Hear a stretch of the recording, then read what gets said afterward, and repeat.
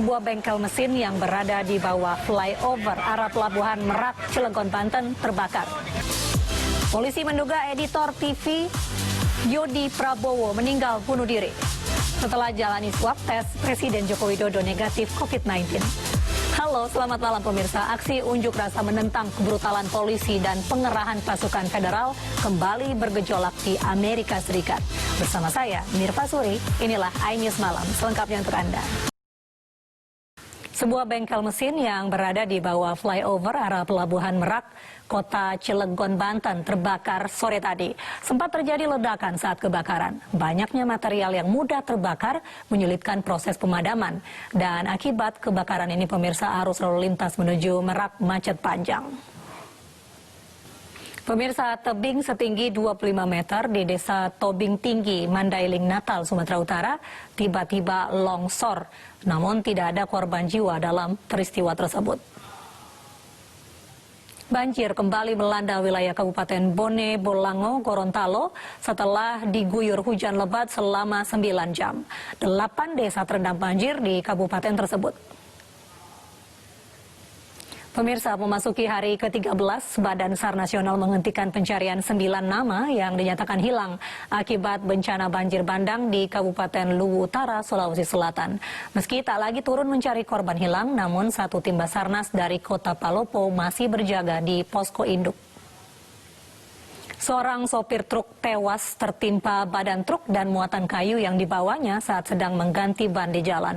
Proses evakuasi korban sulit akibat korban terjepit reruntuhan balok kayu. Pemirsa, bentrok antara massa dari dua kader terjadi di halaman kantor perwakilan Partai Golkar di Indramayu, Jawa Barat. Konflik internal itu diduga karena hasil musda ke-10 yang dinilai ilegal. Pengosongan sebuah rumah di Pematang Siantar, Sumatera Utara diwarnai keributan. Eksekusi rumah oleh pengadilan berawal dari perselisihan antara 9 saudara kandung. Polisi akhirnya menyimpulkan dugaan editor Metro TV bunuh diri. Kami hadirkan informasi selengkapnya usai jeda berikut. Pemirsa, teka-teki kematian editor Metro TV Yodi Prabowo terjawab sudah. Polisi akhirnya menyimpulkan bahwa diduga kuat korban meninggal akibat bunuh diri. Fakta-fakta apa saja yang terungkap sehingga diduga Yodi meninggal karena bunuh diri? Kita simak pernyataan psikolog forensik Reza Indragiri dan ayahanda Yodi, Suwandi, dalam dialog iNews sore tadi. Pemirsa, sebelumnya setelah dilaporkan menghilang selama 3 hari, jenazah editor Metro TV Yodi Prabowo ditemukan di tepi jalan tol Jor Ulu Jami, Jakarta 10 Juli lalu. Di tubuh korban ditemukan sejumlah luka tusuk. Hari ketiga operasi Patu Jaya, puluhan pengendara ditilang lantaran melewati jalur cepat hingga melewati jalur Transjakarta. Sebagian dari mereka nekat kabur saat razia petugas. Pemirsa, kurang dari sepekan jelang Hari Raya Idul Adha, pedagang hewan kurban musiman semakin membanjiri ibu kota. Tetapi banyak pedagang yang menempati trotoar untuk menjajakan dagangannya. Seorang bocah 8 tahun di Kota Makassar, Sulawesi Selatan diculik saat sedang bermain di halaman rumah. Kami hadirkan informasi selengkapnya sesaat lagi.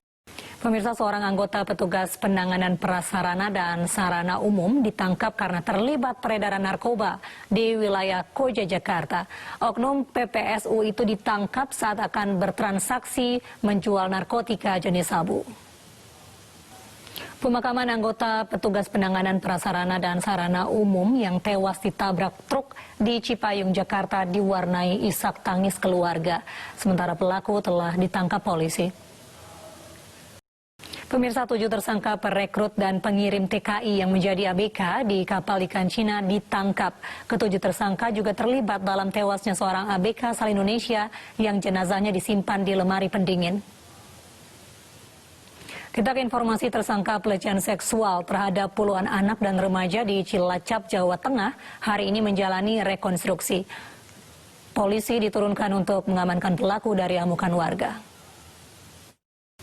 Seorang bocah 8 tahun di Makassar, Sulawesi Selatan diculik 2 orang tak dikenal saat sedang bermain di halaman rumah. Kedua pelaku kemudian menjadikan korban sebagai jaminan di toko sembako untuk ditukarkan dengan 4 tabung gas. Sejumlah warga antusias menikmati malam minggu di kawasan Pantai Lagon, Ancol. Kami hadirkan informasinya sesaat lagi. Pemirsa, sejumlah warga antusias menikmati malam minggu di kawasan Pantai Lagon, Ancol. Para pengunjung tetap menerapkan protokol kesehatan meski area Ancol tidak seramai biasanya. Taman Impian Jaya Ancol masih menjadi destinasi favorit warga Jakarta di akhir pekan. Pantai Lagon dipadati pengunjung malam minggu ini. Sebagian besar pengunjung sudah menerapkan protokol kesehatan dengan menggunakan masker dan juga menjaga jarak. Selain wajib menggunakan masker dan suhu di bawah 37 derajat Celcius bagi para pengunjung, pihak Ancol melarang ibu hamil dan anak berusia di bawah 9 tahun masuk area Ancol. Sementara itu pembelian tiket dilakukan secara online dan hanya warga berdomisili Jakarta saja yang bisa masuk ke objek wisata Ancol. Pemirsa, di tengah pandemi corona dan PSBB transisi, masyarakat Jakarta tetap berolahraga di kawasan Gelora Bung Karno dan Bundaran Hotel Indonesia. Bahkan sejumlah warga memilih untuk berolahraga di kawasan wisata Ancol bersama keluarga. DKI Jakarta kembali menjadi provinsi dengan angka penambahan kasus konfirmasi COVID-19 tertinggi hari ini, yakni sebanyak 376. Sejumlah wilayah patut diwaspadai karena masuk dalam zona merah. Di Kelurahan Pademangan Barat ada 243 positif, 172 sembuh dan 14 meninggal dunia. Lalu di Kelurahan Penjaringan 198 positif, 150 sembuh dan 6 meninggal dunia. Di Kelurahan Sunter Agung Tanjung Priok ada 194 positif, 168 sembuh dan 11 meninggal. Lalu Kelurahan Cempaka Putih Barat yang positif ada 160, sembuh 65 orang dan meninggal 8 orang. Dan Kelurahan Lagoa ada 158 yang positif, sembuh ada 82 dan meninggal 6 orang. Pemirsa, Presiden Joko Widodo dinyatakan negatif COVID-19. Presiden menjalani tes swab berkala untuk mengetahui kondisi kesehatannya. Sebelumnya, Presiden sempat bertemu dengan Wakil Wali Kota Surakarta yang positif COVID-19. Dari hasil tes swab COVID-19 yang dilakukan kemarin sore, Presiden Joko Widodo dinyatakan negatif. Selain Presiden Jokowi, Ibu Negara Iriana Joko Widodo juga menjalani tes swab dan hasilnya negatif. Presiden Jokowi menyampaikan hasil tes swab tersebut saat berolahraga di Istana Bogor pagi tadi. Selain itu, Presiden juga menyampaikan agar masyarakat selalu berolahraga untuk meningkatkan imunitas serta tetap menjalankan protokol kesehatan. Presiden harus menjalani tes swab karena sempat bertemu dengan Wakil Wali Kota Surakarta Ahmad Purnomo Jumat lalu. Ahmad Purnomo dinyatakan positif COVID-19 setelah menjalani tes swab dan harus dikarantina. Setelah Wakil Wali Kota Surakarta Ahmad Purnomo dinyatakan positif COVID-19, sejumlah pejabat pemerintah Kota Surakarta menjalani tes swab. Tes swab diutamakan bagi yang pernah berinteraksi langsung dengan Ahmad Purnomo, termasuk para wartawan yang meliput di Balai Kota Surakarta. Dan pemirsa, berikut data terbaru COVID-19 di tanah air untuk hari ini. Konfirmasi positif bertambah 1.868, kini menjadi total 97.286 kasus. Ada 1.409 sembuh sehingga bertambah menjadi 55.354 dan ada 49 meninggal dunia sehingga total menjadi 4.714. Penyebaran virus corona di Makassar, Provinsi Sulawesi Selatan belum menunjukkan tanda-tanda segera berakhir. Bahkan penambahan kasus positif corona di kota Makassar semakin meningkat. Bertambahnya jumlah pasien berakibat pada penggunaan alat pelindung diri di sejumlah rumah sakit mengalami peningkatan. Pemirsa, mari kita dukung para pejuang kemanusiaan dengan peduli melawan penyebaran virus corona. Bantuan bisa disalurkan melalui rekening yang tertera di layar televisi Anda. Pemirsa, kami akan segera kembali dengan berita pilihan iNews Malam sesaat lagi. Pemirsa, memasuki hari ke-13, Badan SAR Nasional menghentikan pencarian 9 nama yang dinyatakan hilang akibat bencana banjir bandang di Kabupaten Luwu Utara, Sulawesi Selatan. Meski tak lagi turun mencari korban hilang, namun satu tim Basarnas dari Kota Palopo masih berjaga di posko induk. Bentrok antara massa dari dua kader terjadi di halaman kantor perwakilan Partai Golkar di Indramayu, Jawa Barat. Konflik internal itu diduga karena hasil musda ke-10 yang dinilai ilegal. Hari ketiga operasi Patu Jaya, puluhan pengendara ditilang lantaran melewati jalur cepat hingga melewati jalur Transjakarta. Tak sedikit dari mereka yang nekat kabur dari razia petugas. Aksi unjuk rasa menentang kebrutalan polisi dan pengerahan pasukan federal kembali bergejolak di Amerika Serikat. Kami hadirkan informasinya dalam segmen Mancanegara sesaat lagi.